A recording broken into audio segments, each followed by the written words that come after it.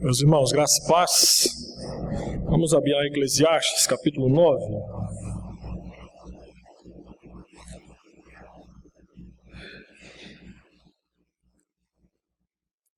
Livro de Eclesiastes, capítulo 9. O sermão de hoje, do versículo 1 ao versículo 10.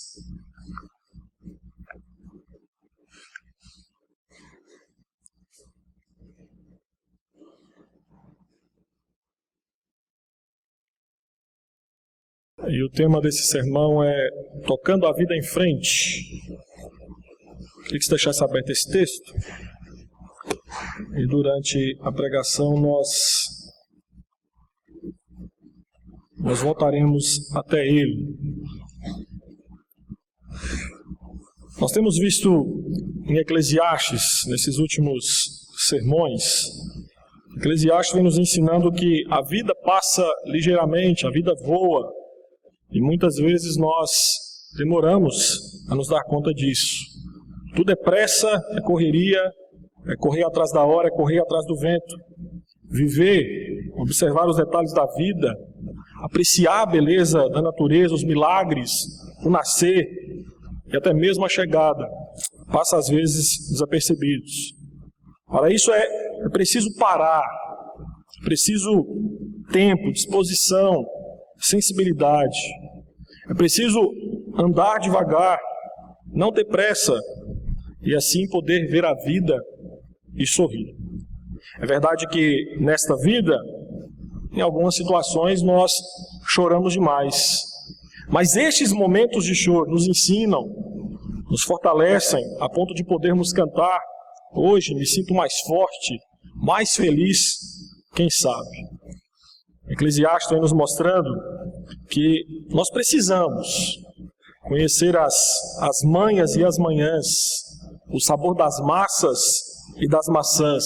Isto é, entender que na vida nem tudo é o que parece ser. Nesta vida caída e caótica em que vivemos, é preciso amor para poder pulsar, é preciso paz para poder sorrir, é preciso a chuva para poder florir.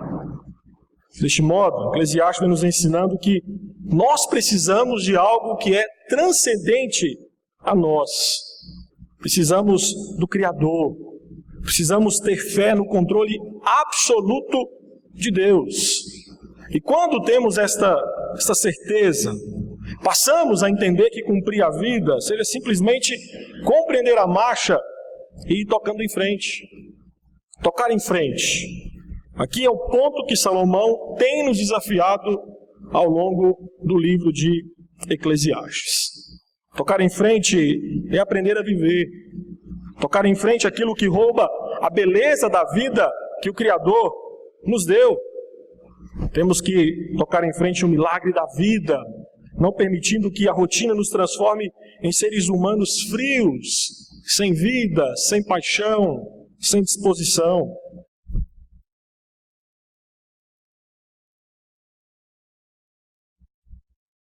A gente vai embora.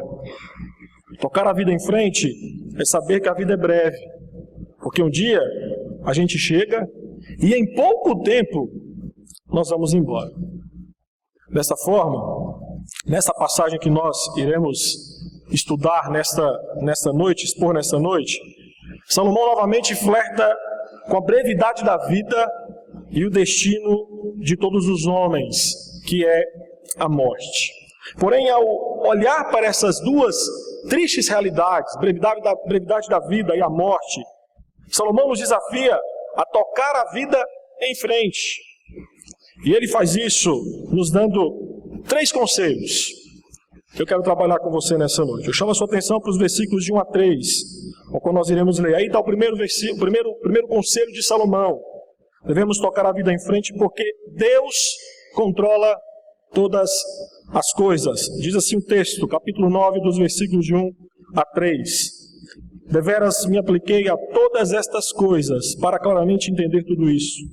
Que os justos e os sábios e os seus feitos estão nas mãos de Deus.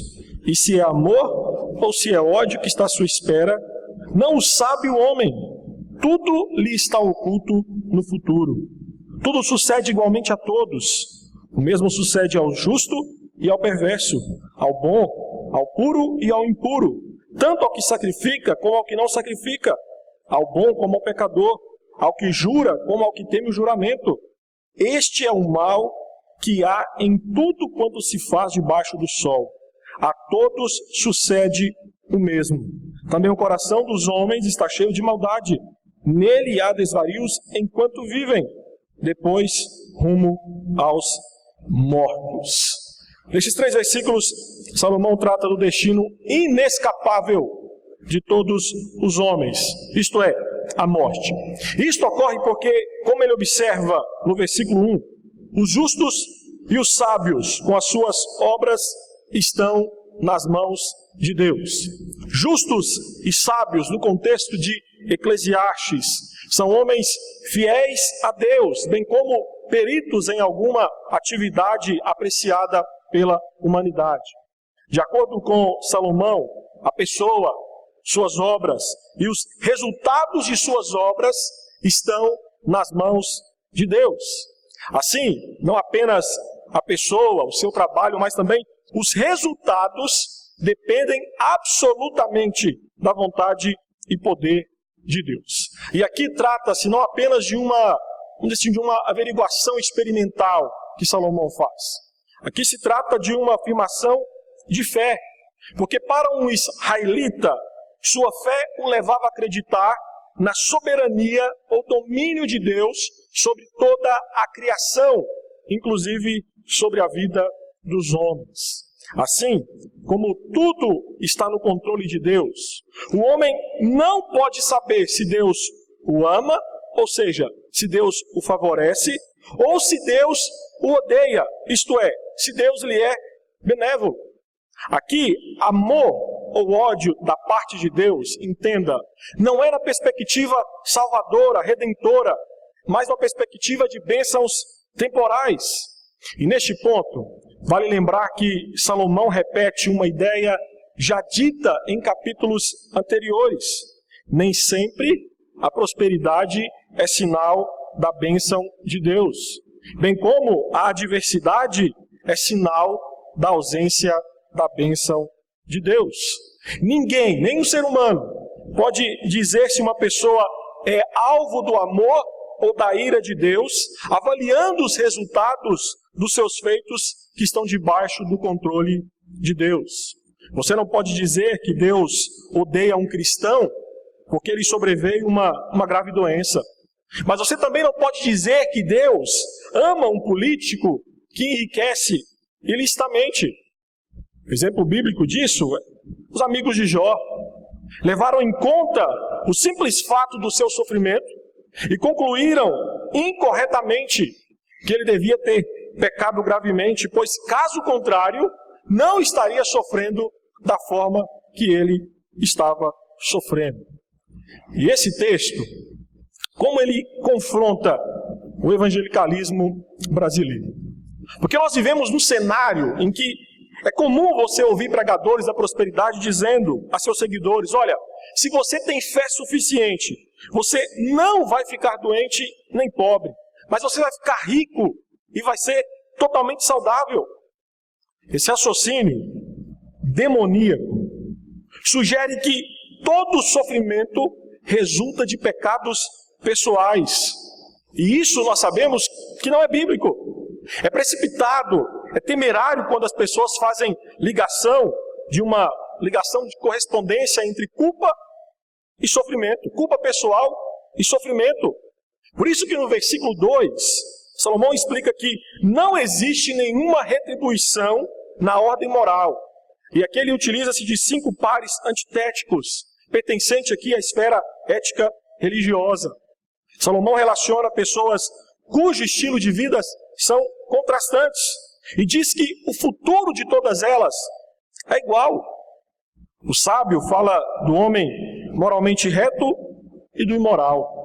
Depois cita aquele que observa a lei cerimonial e aquele que a despreza. Em seguida, destaca pessoas piedosas, prestando culto a Deus no templo em Jerusalém, e pessoas que não se preocupam com isso. A seguir, aponta um homem que obedece à lei moral e aquele que a desobedece. E por último, o homem que assume um compromisso diante de Deus e o homem que não assume. Só que a conclusão de Salomão é que, independente da forma que a pessoa vive, no versículo 3, ele conclui dizendo: existe um mal comum que sucede a todos eles, a morte. Essa expressão sucede, no versículo 2 e no versículo 3, significa sorte, acaso. Salomão, ao usá-la, e aqui entenda bem, destaca aquilo com que os homens irão se deparar no final da sua vida. Então ele utiliza-se da palavra acaso ou sorte numa perspectiva de evento, acontecimento ou o desfecho final. O destino mortal dos homens não depende, segundo Salomão, segundo o texto bíblico, não depende, portanto, da sua conduta moral, seja qual for.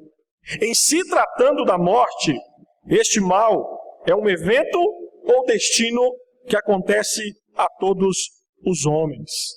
Perante o evento da morte, o justo e o ímpio recebem o mesmo tratamento e a mesma recompensa, a sepultura. As qualidades morais e religiosas de um homem não mudam o fato de que ele um dia irá morrer. E aqui é importante ressaltar que a igualdade que Salomão fala nesse texto não é no sentido moral, mas no sentido temporal. Um dia, todos igualmente morrerão. Todos terminarão suas vidas sendo vencidas pela morte.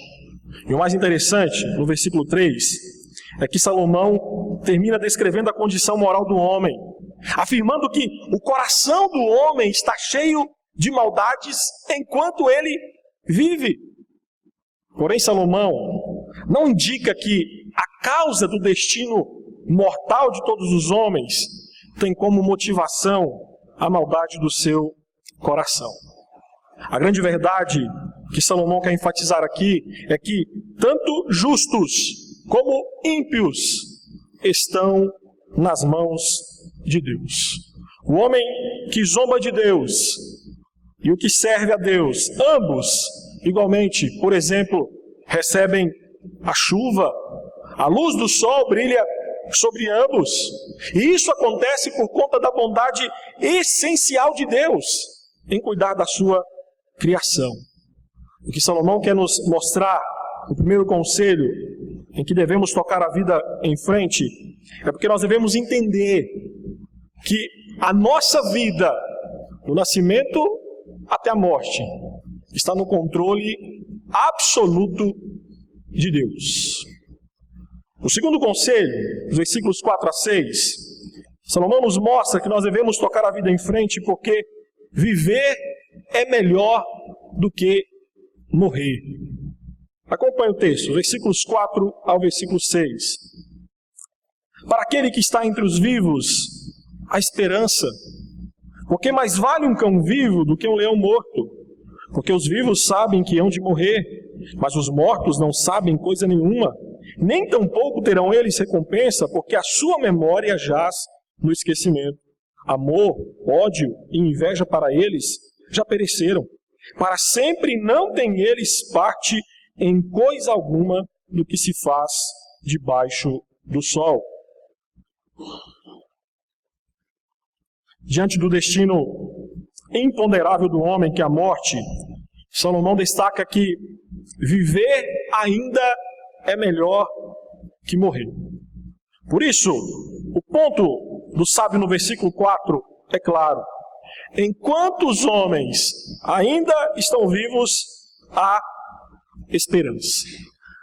Os que estão vivos, mais e mais querem continuar vivendo. Por que você acha que os homens inventam vacinas, cirurgias reparadoras? Porque querem continuar vivendo. O antropólogo Ernest Becker, em seu livro A Negação da Morte, ensina que o organismo humano funciona ativamente contra a sua própria fragilidade, ao procurar se expandir-se e perpetuar-se. Em vez de encolher-se, ele se desloca em direção a mais vida. Não é à toa que nós admiramos a coragem de pessoas que enfrentam a morte. Pessoas que encaram de frente a sua própria derrota física. Pessoas que não se dão por vencidas por uma doença terminal. Essa semana, nosso irmão Samuel Nunes, ele quer ser argentino, então a gente chama ele de Nunes. Ele, em um dos PGs que nós estivemos presentes essa semana, ele nos relatou uma história que envolve o teólogo americano Wayne Grudem e também pastor americano John Piper. E eu então, depois de ouvir o Samuel falando sobre isso, fui procurar na internet uma carta que o teólogo Wayne Grudem recebeu do John Piper. Nessa carta, Grudem relata a sua luta contra a doença do mal de Parkinson e como ela já tem o debilitado a escrever, digitar e até mesmo abotoar uma camisa. E o ponto máximo dessa carta é quando o Piper pergunta a Grudem como têm sido os seus dias. E sua resposta foi: a última vez que olhei na Bíblia, Romanos 8, 28, ainda estava lá. Isso é uma resposta de esperança. Esperança na Bíblia une-se indissoluvelmente com Deus. Ser pessoal, rocha firme, Senhor da vida e da morte. Esperança, quando unida à pessoa de Deus, converte-se em confiança. A esperança faz com que vivamos. Ela é o horizonte aberto, luz que ilumina nosso horizonte, força que nos faz acreditar em uma manhã carregado de vida. Enquanto estamos vivos, alguma coisa pode acontecer. Talvez amanhã descubram a cura para a sua doença. Talvez amanhã a sua esterilidade possa redundar em fertilidade. Talvez amanhã a sua escassez transforme-se em abundância. Talvez amanhã a sua solidão transforme-se em casados para sempre. A perspectiva de Salomão, viver é melhor do que morrer, porque enquanto estivermos respirando, há esperança de mudar alguma coisa em nossa jornada existencial. E para reforçar a importância da vida, na parte B do versículo 4, Salomão utiliza-se de um provérbio: mais vale um cão vivo que um leão morto. Naqueles dias, um leão era um animal extremamente admirado. Diferente do cachorro. Naqueles dias não tinha pet shop. Muito pelo contrário, o cachorro era desprezado e era visto simplesmente como um animal comedor de carniça, que ficava fora da cidade. Ainda assim, segundo Salomão, é muito melhor ser um cão vivo do que um leão poderoso, majestoso, porém morto. É melhor estar vivo como um cachorro ordinário do que estar morto e acabado como o rei da selva. A lógica aqui seria mais ou menos entre escolher ser um rei morto e um bobo da corte vivo. Melhor ser o bobo da corte vivo. O que Salomão quer enfatizar é que aquilo que não vale nada vivo vale mais do que aquilo que é precioso, mas que está morto. E o motivo dessa afirmação está nos versículos 5 e 6. Salomão dá algumas razões pelas quais estar entre os vivos é preferível a estar entre os mortos. Os mortos não sabem o que se passa na terra, mas os vivos sabem e podem reagir aos acontecimentos. É bem verdade que no versículo 5, Salomão, como lhe é peculiar, é bastante pessimista.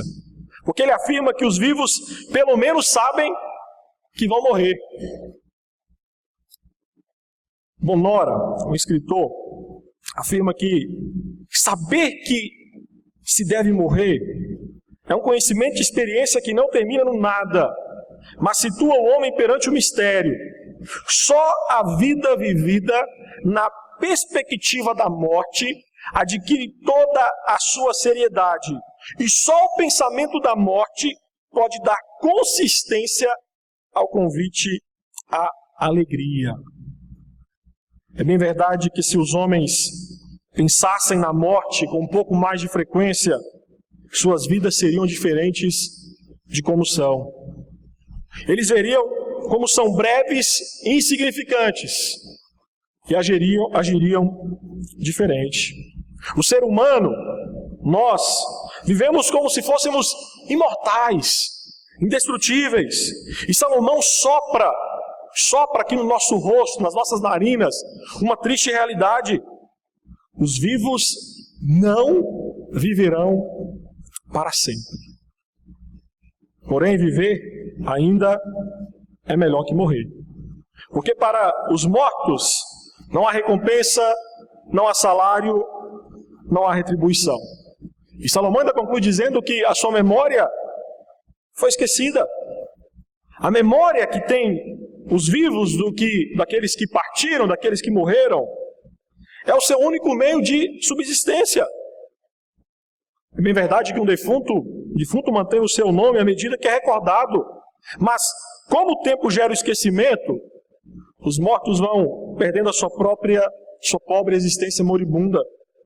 Quando são de todos esquecidos, morrem definitivamente, ou seja, perdem toda a existência que possuíram nesta terra. Os mortos, como diz Salomão, nem amam, nem odeiam, nem têm paixões e jamais participarão da nossa vida temporal e histórica novamente. Em suma, Salomão está dizendo, olha, toque a vida em frente, porque viver é melhor do que morrer.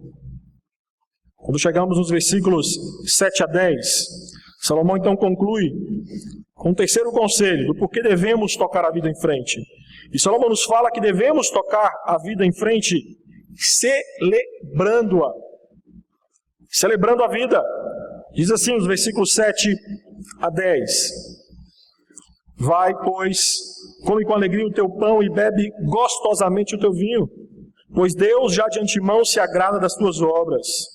Em todo o tempo sejam alvas as tuas vestes, e jamais falte o óleo sobre a tua cabeça.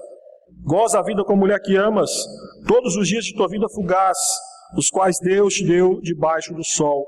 Porque esta é a tua porção nesta vida, pelo trabalho com que te afadigaste debaixo do sol. Tudo quanto te vier à mão para fazer, faz-o conforme as tuas forças, porque no além para onde tu vais, não há obra, nem projetos, nem conhecimento, nem sabedoria alguma.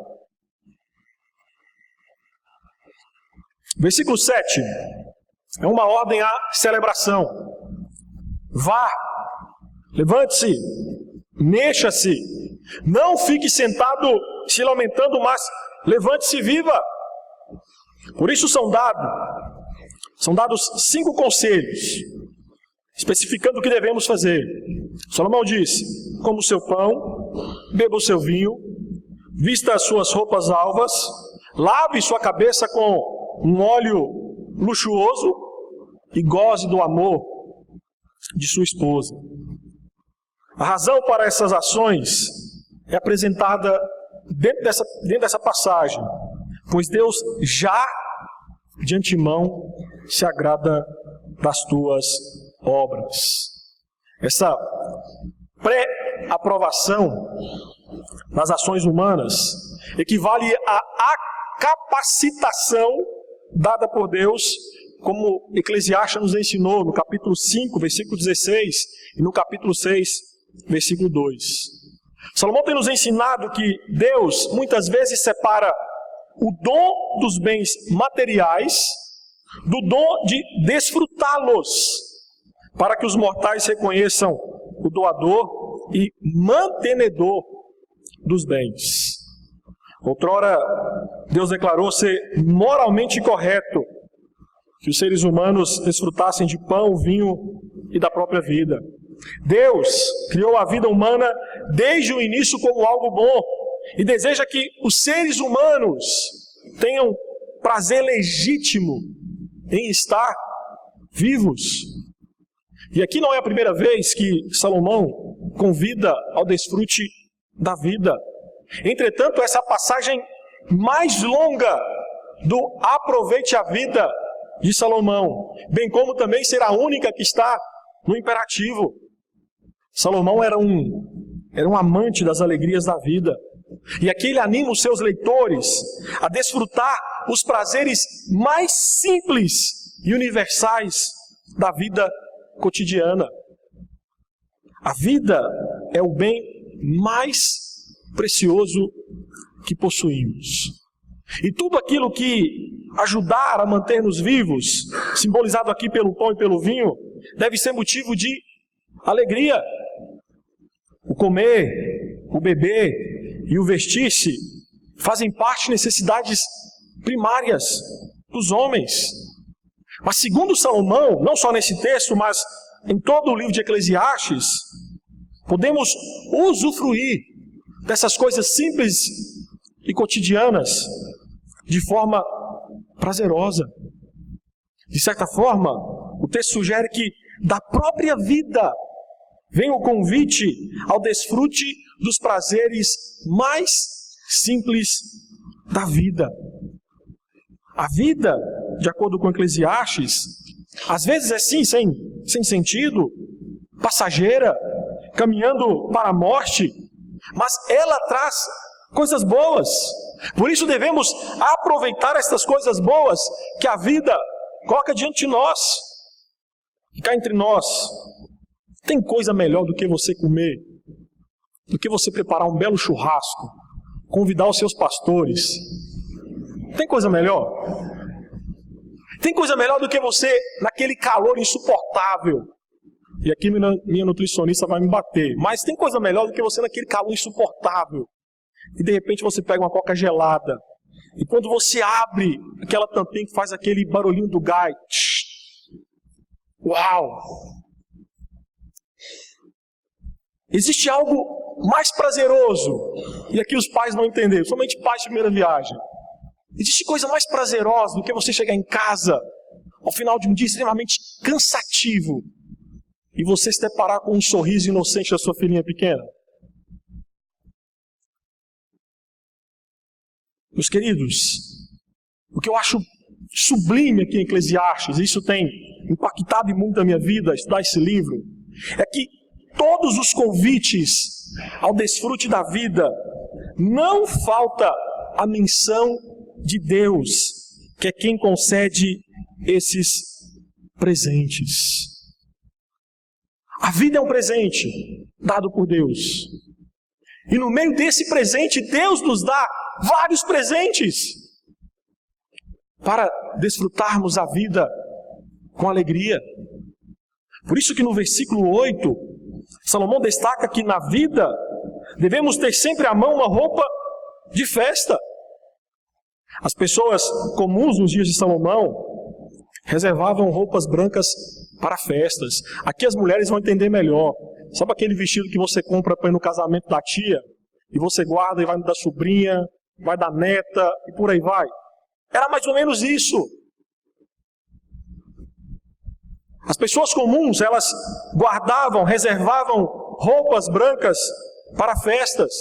E era também comum o costume de se ungir com óleo perfumado, que era usado não apenas para fins higiênicos, mas também cosméticos. A lógica de Salomão, dentro do contexto do capítulo, é que devemos fazer de toda ocasião na nossa vida um momento especial, mesmo que seja algo rotineiro.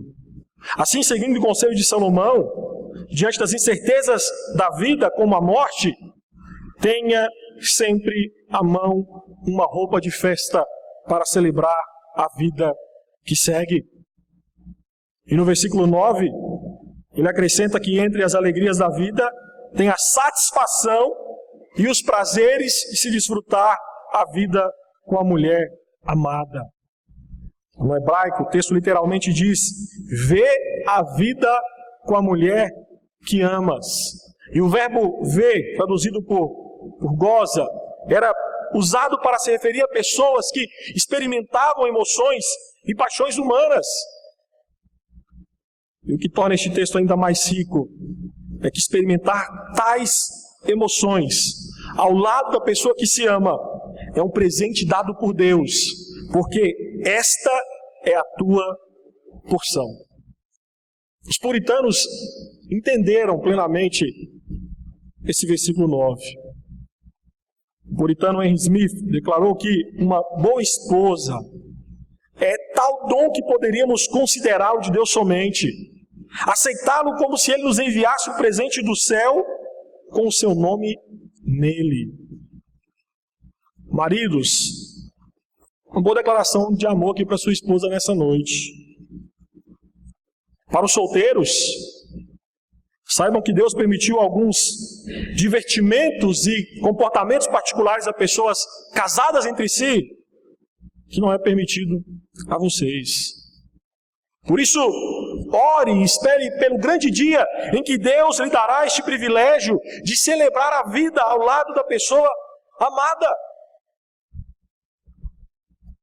Salomão aqui nos leva a refletir até algo além, fazendo para contextualização. Aqui vale uma exortação dentro desses versículos, quando Salomão fala do desfrute da vida. Os cristãos devem ser repreendidos por rejeitarem os dons terrenos de Deus e se recusarem a usá-los de uma maneira adequada. O cristianismo no Brasil, movido por uma distorção, uma visão distorcida de mundanidade, nega muitos prazeres ordenados por Deus para a felicidade do homem. Muitos cristãos pensam que ser piedoso é dizer não para todos os dons e presentes que Deus nos deu na criação. Por isso é normal você ver um cristão rejeitando ouvir uma boa música composta por um ímpio, rejeitando ler um bom livro escrito por um ímpio. Tais cristãos eles consideram completamente um mandato cultural de Deus. E a ordem de Salomão é: alegrem-se nos bons dons de Deus e peçam-lhes a capacitação para se servirem corretamente deles. Com tais recompensas, o homem pode então encarar o trabalho de uma outra maneira, como também um dom dado por Deus. E vale lembrar que na primeira parte desse livro, o trabalho é apresentado como fonte de aflição, dor, irritação. Entretanto, agora é visto como um objetivo a ser vencido com disposição. A ordem, faze conforme as tuas forças, é literalmente, faça-se com empenho, sem reservas, sem economizar energias. A justificativa para trabalhar dessa forma é que durante a vida é que se podem fazer trabalhos, criar, produzir. E diferente do que é ensinado no mundo, que o trabalho é maldição, para a ética protestante o trabalho é um dom de Deus. Calvino afirmava que os homens foram criados para ocuparem-se com o trabalho e que nenhum sacrifício é mais agradável a Deus do que quando um homem atende ao seu chamado. Deste modo, segundo Salomão, quando o homem morrer, no além, Sheol, cessam suas possibilidades de agir, de trabalhar, de produzir, de desfrutar as coisas boas que Deus tem nos dado na atual existência. Por isso Salomão diz: toque a vida em frente e toque-a celebrando. Mas eu quero, ainda para concluir esse sermão, pensar em algumas aplicações a partir desse texto. Aplicações estas que creio que há de nos ajudar a se apropriar ainda mais daquilo que foi exposto nesse texto nessa noite. A primeira aplicação que penso com você é: nunca se esqueça que enquanto há vida, existe esperança. O sábio nos ensinou que diante das incertezas da vida, o fato de respirar é um indicativo de que ainda existe esperança. E algo que às vezes passa desapercebido é que Salomão, nesse texto que nós expomos nessa noite, antes de falar de esperança, fala da soberania de Deus controlando todas as coisas. E a grande verdade é que a nossa esperança em um mundo caído está justamente em saber que Deus controla todas as coisas. Porém, há uma realidade. Existem momentos em que nós nos esquecemos do controle soberano de Deus. E com este esquecimento, perdemos, obviamente, a esperança. Muitos são os cristãos que, ao olharem para a sua realidade presente, ficam decepcionados, desanimados, desesperançosos. Alguns gostariam de ter chegado aos 50 anos e já ter alcançado uma certa estabilidade financeira. Até se planejaram para isso, mas passaram dos 50 e ainda não a conseguiram. Outros sonharam, quem sabe, em chegar aos 30 anos casados, com filhos, mas já passaram dos 40 e isso ainda não aconteceu. Ou quem sabe um jovem que idealizou com 25 anos estaria formado, namorando, com uma vida ativa na igreja, mas que hoje se encontra com 30 anos e sem nada do que idealizou realizado. Muitos são os cristãos que estão descontentes com a vida, em relação à sua solteirice, ao casamento, à carreira, à igreja, e gostariam de trocá-la por uma vida diferente. É bem verdade que nem todos reagem assim, mas muitos, diante de uma realidade diferente da sonhada anos atrás, ficam desiludidos com a vida. E o problema disso é que passam a viver um cristianismo sem alegria, recheado de descontentamento, e que muitas vezes leva a ilusões sem esperanças, em alguns casos depressivas e até suicidas. O triste nisso tudo é que geralmente quando vou conversar com cristãos sinceros, cristãos piedosos, que estão vivendo dessa forma, muitos alegam que merecem o melhor e Deus não está dando o que eles merecem. Permita-me corrigir esse pensamento. Esse pensamento é perigoso, porque assume que você sabe o que é melhor dos dons de Deus para você. Você se coloca numa posição que você se torna mais sábio do que Deus por acreditar que sabe o que é melhor para a sua vida. E sem falar que Deus não te dá o que você merece, é um ato de graça. Porque se Ele fosse te dar o que você merece, ou o que nós merecemos, seria a sua ira, condenação eterna, o inferno. Uma verdade bíblica que muitas vezes esquecemos é que os justos, os servos de Deus, não têm de se preocupar sobre se Deus é ou não indiferente para com eles e suas vidas. Porque a resposta bíblica é que Deus não é indiferente para com a vida dos seus filhos. Os justos são objetos especiais de seus dons e sua aceitação em Jesus Cristo. O próprio Jesus Cristo, lá em Mateus 6,32, disse que o vosso Pai Celeste sabe que necessitais do que é essencial à vida. Deus, em sua soberania e providência, tem cuidado de cada um de nós que está aqui nessa noite. Por causa disso, é melhor viver do que entregar os pontos e morrer. Se você disser que sua vida precisa de um milagre para continuar, então escolha viver à espera de um milagre. Mantenha a esperança acesa no seu coração. E aqui é um ponto para você ver como que nós somos abençoados por Deus. Salomão, mesmo falando sobre esperança, de certa forma ele foi infeliz porque ele não conheceu a verdadeira esperança. Ele não conheceu aquele que é a verdadeira esperança. Paulo, 1 Timóteo 1, afirma que Jesus é a nossa esperança. Neste ponto, repare o cuidado de Deus para conosco. Nós somos mais felizes do que Salomão, porque nós conhecemos aquele que é a esperança, Jesus Cristo. Este mundo caído parece um mar de desesperança, justamente porque falta aquele que pode lhe dar esperança, que é Jesus Cristo.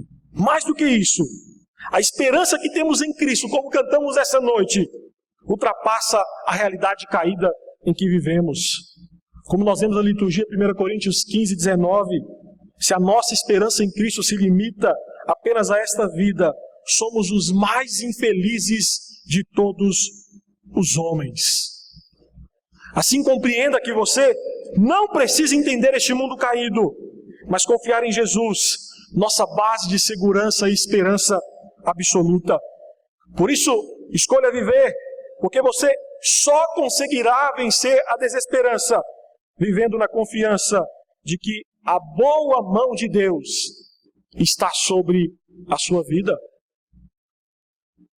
Penso uma outra aplicação com você a partir desse texto. Nunca se esqueça que enquanto há tempo, vivamos para a glória de Deus. Salomão nos ensinou nessa passagem que temos que ter a consciência que nossa existência nessa terra tem um limite. Todos nós caminhamos para a sepultura. Eclesiastes tem nos ensinado, tem nos convidado a viver desfrutando daquilo que é efêmero. E entenda que Salomão não despreza as coisas eternas, mas enfatiza que nesta criação presente nós recebemos boas dádivas de Deus. Entretanto, o mesmo destaca que devemos desfrutá-las com a consciência de que isto é um prazo para acabar, porque nós caminhamos para a sepultura. Salomão vem nos ensinando ao longo deste livro que uma das fatalidades da vida é não desfrutar o que é efêmero. A nossa tendência é desvalorizar as coisas da terra, muito por conta da influência do catolicismo romano medieval, que dividia as atividades humanas entre sagrado e secular. Porém, Eclesiastes nos aconselha a valorizar as coisas da terra e desfrutar do efêmero, pois tais coisas são sagradas também. Eclesiastes insiste em afirmar: coma, beba e desfrute da vida. Enquanto o efêmero não passar, desfrute a vida. É verdade que Salomão nos ensina que não devemos viver em função das coisas e dos prazeres, mas ao mesmo tempo também nos mostra que não devemos viver uma vida que despreza a beleza e as bênçãos efêmeras de Deus neste mundo. Tudo vem dele. Por isso que devemos desfrutar das bênçãos materiais, sem nos tornarmos escravos delas. Que possamos reconhecer a bondade de Deus em nos dar coisas boas para desfrutarmos delas para a glória de Deus.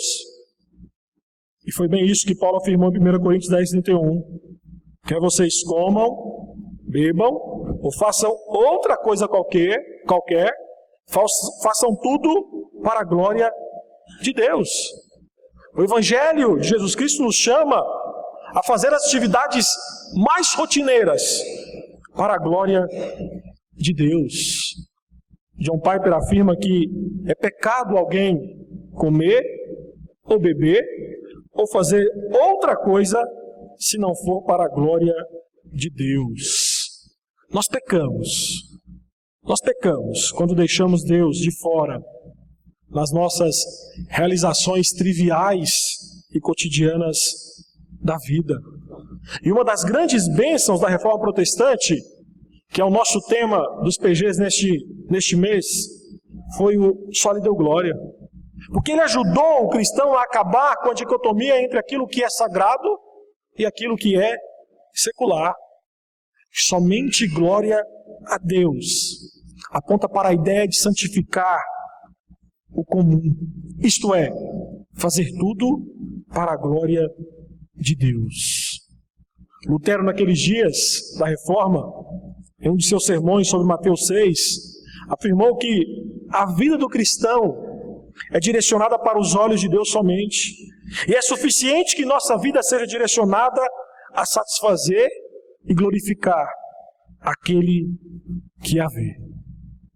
Pense em Jesus. Jesus foi um homem que aproveitou as coisas efêmeras da vida, glorificando a Deus. Jesus foi a festas. Jesus visitou a casa de amigos, jantou na casa de outras pessoas, trabalhou como carpinteiro. Jesus ensinou que é possível desfrutar das bênçãos materiais e efêmeras, glorificando a Deus. Jesus nos ensinou que a verdadeira piedade não está em desprezar o efêmero, mas em não divinizar o que não dura para sempre. E aqui vale citar Jonathan Edwards, que em sua primeira resolução de vida declarou que resolvi que farei tudo o que considerar ser mais importante para a glória de Deus e para o meu próprio bem. E enquanto viveu, Jonathan Edwards lutou para cumprir essa resolução. Todos os seus alvos, objetivos, foram canalizados para a glória de Deus.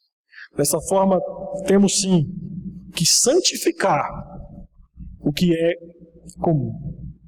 E aí, meu irmão, trocar uma fralda deve ser feito para a glória de Deus. Eu sei bem o que é isso. Preparar um bolo de fubá tem que ser para a glória de Deus. Tomar um suco tem que ser para a glória de Deus. Calvino falava que não há qualquer parte da nossa vida ou conduta, por insignificantes que seja, que não devesse relacionar-se à glória de Deus. Por isso, enquanto há tempo, você que está nessa existência efêmera, aproveite das bênçãos que Deus tem te dado para glorificá-lo. E a última, e aqui termino, a última aplicação que penso com você.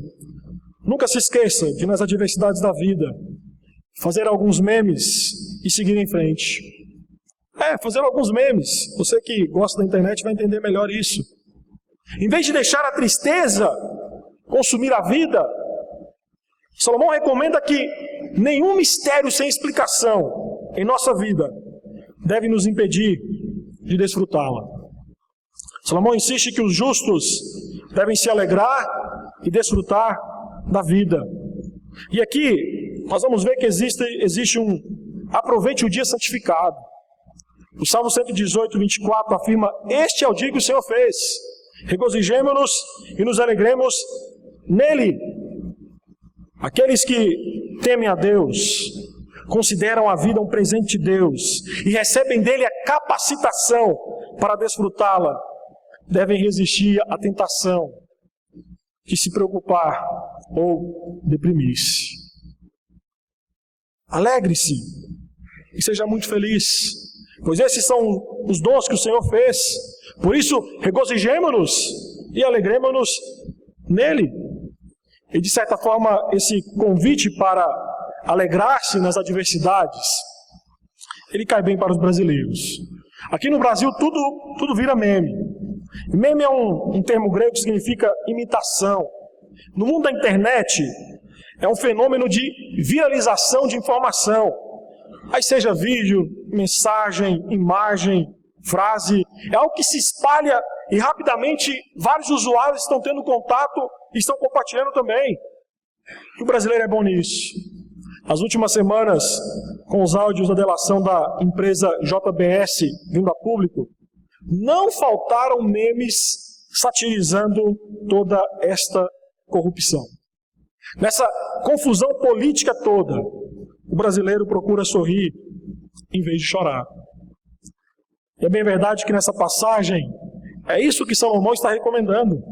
Nas adversidades da vida, Os justos se refugiam em Deus, por isso eles têm condições de fazer memes e se alegrarem em meio à tristeza.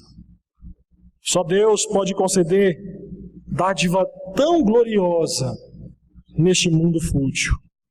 Vai aproveitar a vida, disse o sábio, pois Deus já de antemão se agrada das tuas obras. Deus se agrada das obras do cristão, porque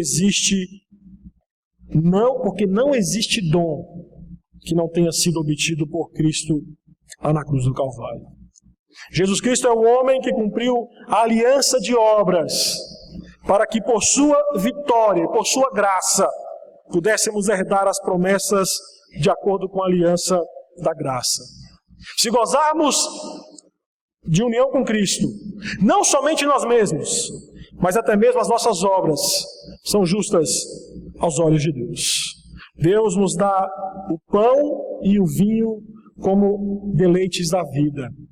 Para o cristão, Deus deu Jesus Cristo, aquele que foi partido como pão e derramado como vinho. Em Jesus Cristo, o vinho e o pão, que nós iremos participar daqui a pouco, tomam um significado redentivo. Em Jesus Cristo, participamos do pão da vida e bebemos do cálice da vida. Para o cristão, comer pão e beber vinho, naquilo que nós iremos fazer daqui a pouco, não é apenas o desfrute da vida, mas é a própria vida. Assim, porque alguém que realmente teme a Deus deveria ter a sua alegria de viver roubada pelas perplexidades não resolvidas ainda, restantes do plano parcialmente revelado de Deus. A resposta de Salomão é: vá festejar a vida. Desfrute do melhor que puderes. Desfrute de boa comida, de bom vinho, de boa roupa, de bom perfume. Porque Jesus era alguém que celebrava a vida. Jesus Cristo foi a festas e foi criticado, chamado de glutão e bebedor de vinho, amigo de publicano e pecadores. Eu quero terminar esse sermão dizendo: imite seu Salvador, que em estado de humilhação alegrou-se em receber as bênçãos efêmeras de Deus e a capacidade para delas desfrutar. Quero convidar você, em resposta àquilo que nós ouvimos, vamos cantar uma canção, o grupo Celebrai.